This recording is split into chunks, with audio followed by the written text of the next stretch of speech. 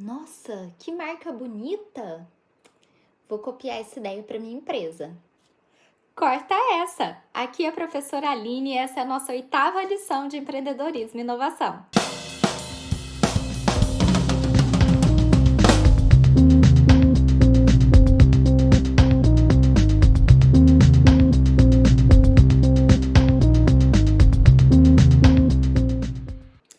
Agora que você já sabe sobre inovação, a gente precisa falar sobre propriedade intelectual. Um ramo que surgiu com o intuito de proteger a criação humana. Ou seja, em troca da revelação de como resolver determinado problema, o inventor ele tem o direito de explorar a sua criação e também afastar, proibir que terceiros não autorizados utilizem por um determinado período de tempo aquela sua ideia.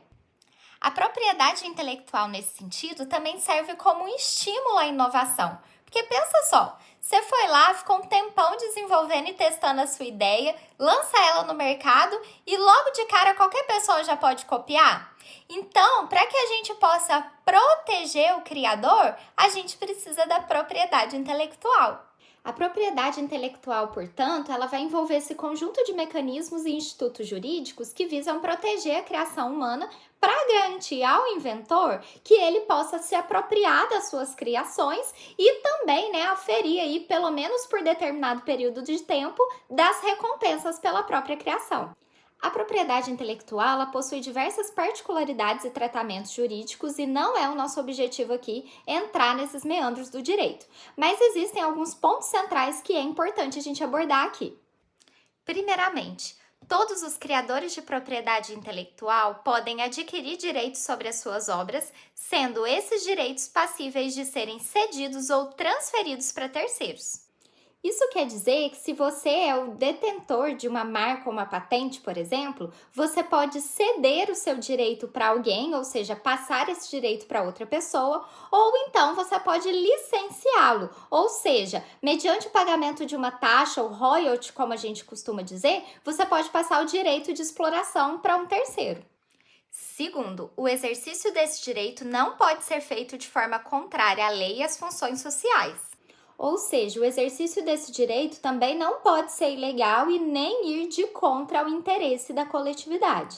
A propriedade intelectual é, portanto, o conjunto de todas as criações produzidas pelo intelecto humano, e isso inclui obras musicais, criações literárias, pinturas, esculturas, programas de computador, desenvolvimento de novas tecnologias, entre outras diversas formas que a criatividade do homem foi concretizada de alguma forma.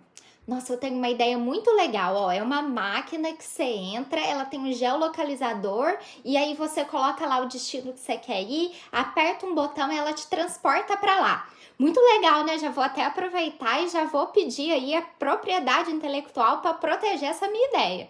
Ó, atenção aqui, hein?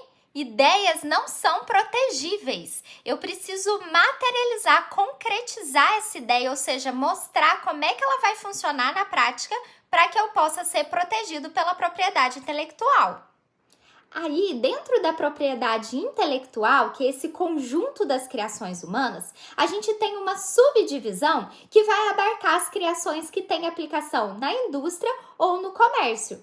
Essa área, essa subdivisão, é chamada de propriedade industrial e é uma área que vai ter mais relação com nós da área de gestão. E ela envolve tanto as patentes de invenção, como também os registros de marca e registro de desenho industrial.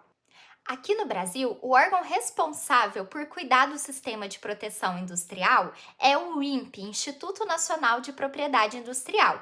É por meio dele que a gente consegue fazer o nosso registro de patentes, de marcas e de desenhos industriais. A patente é, portanto, o documento que vai criar a situação legal para que o inventor ele possa explorar a sua criação. E aí, nesse documento, vai ter toda a descrição da invenção que foi criada e também a autorização para que o seu detentor possa fazer essa exploração. E quando eu digo a exploração, pode ser a veia da comercialização dessa ideia ou também ceder esse direito para alguém ou licenciar esse direito para outra pessoa. Ó, muito importante. Para você conseguir uma patente, você precisa criar uma solução inédita para um problema específico, que pode ser um produto ou um processo. Dando um exemplo para vocês, não adianta você pegar um produto e mudar a cor dele e tentar proteger isso pela propriedade industrial. Isso não é considerado uma solução inédita. Para ser considerado, você tem que propor alguma melhoria, que pode ser incremental, mas que traga algum ineditismo nessa proposição. Se você tem, portanto, alguma ideia de produto ou processo inovador, eu sugiro que você faça o registro, para que você possa efetivamente ser o dono dessa criação. Senão, corre o risco de alguém fazer esse registro no seu lugar. E, para a lei, vale quem fizer o registro primeiro. Eu vou deixar aqui algumas dicas para quem for passar pelo processo de patenteamento. Primeira coisa, avalie se o seu invento ele tem possibilidade de ser comercializado. Se lembra sempre da importância do teste da experimentação para a gente poder diminuir os riscos e testar se a nossa ideia é realmente desejável. Também se caso você não tenha estrutura e condições de desenvolver ou comercializar o seu invento, já avalia antecipadamente a possibilidade de associação com parceiros. Então, por exemplo, se você não tem uma indústria para produzir aquele produto, já olha antecipadamente quem poderiam ser esses parceiros. Outra coisa muito importante, mantenha o sigilo até que o depósito da patente seja expedido. Ou seja, deixa a sua ideia restrita àquelas pessoas da sua extrema confiança. Evita ficar dando muito detalhes, porque até que o depósito da patente ele efetivamente seja emitido, ainda existe o risco da sua ideia ser roubada. E também, no caso de você estar desenvolvendo essa ideia com uma equipe, presta atenção antecipadamente na definição clara de quais são os direitos de cada participante, inclusive, se forem instituições e empresas. Coloca no papel formalmente uma documentação que seja assinada por todos. Quais são os direitos de cada um, quais são as participações de cada um desses agentes, para que isso fique muito claro e formalizado. Isso vai te evitar um monte de dor de cabeça lá na frente. Criei uma marca top para o meu negócio. Já vou correr para mandar fazer a placa e colocar lá na fachada. Você sabia que sem o registro da marca, ela legalmente não existe ou não é oficialmente sua? Toda empresa tem uma marca, não é mesmo? Quando a gente cria um negócio, a gente já pensa no nome, na logomarca que a gente vai utilizar. E a marca é isso, é esse conjunto de signos, de sinais que vão diferenciar o produto e o serviço de uma empresa das outras que atuam no mesmo segmento. Ela serve, inclusive, para isso, para evitar a confusão por parte dos consumidores. E aí, a gente pode utilizar como marca palavras, letras, números, fotos, formas, cores, uma combinação disso tudo. O que muita gente não se atenta é que as marcas, elas também precisam ser registradas. Aquelas pessoas que fazem o registro da marca, elas passam a ser as detentoras delas. E aí tem a prerrogativa de poder utilizá-las e também impedir que terceiros não autorizados façam o uso daquela sua marca. Se você criou um negócio, você não vai querer que outra pessoa comece a utilizar o nome da sua marca, da sua empresa, se passando como se fosse dela, né? E também você não vai querer que depois de um tempo de atuação no mercado, uma outra pessoa que tenha registrado essa marca te peça para mudar de nome, não é mesmo?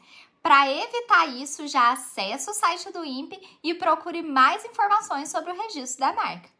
Por fim, a gente chega no desenho industrial, que é a configuração externa dos objetos, ou seja, a sua aparência, de modo que o distinga dos demais. Um exemplo que a gente pode dar e que é muito utilizado no mercado é o da indústria automobilística, no qual cada marca possui o desenho dos seus automóveis. E esses desenhos, eles são protegidos por meio da propriedade industrial. É por isso que às vezes a gente costuma ver nas rodovias veículos em teste totalmente envelopados, o qual a gente não consegue enxergar nenhuma das suas formas. A gente entende, portanto, quando a gente vê esses casos, que esses veículos em testes ainda não estão com seus desenhos protegidos. E as empresas, claro, querem evitar de expor qualquer detalhe para não correr o risco da concorrência querer imitar ou copiar alguma coisa.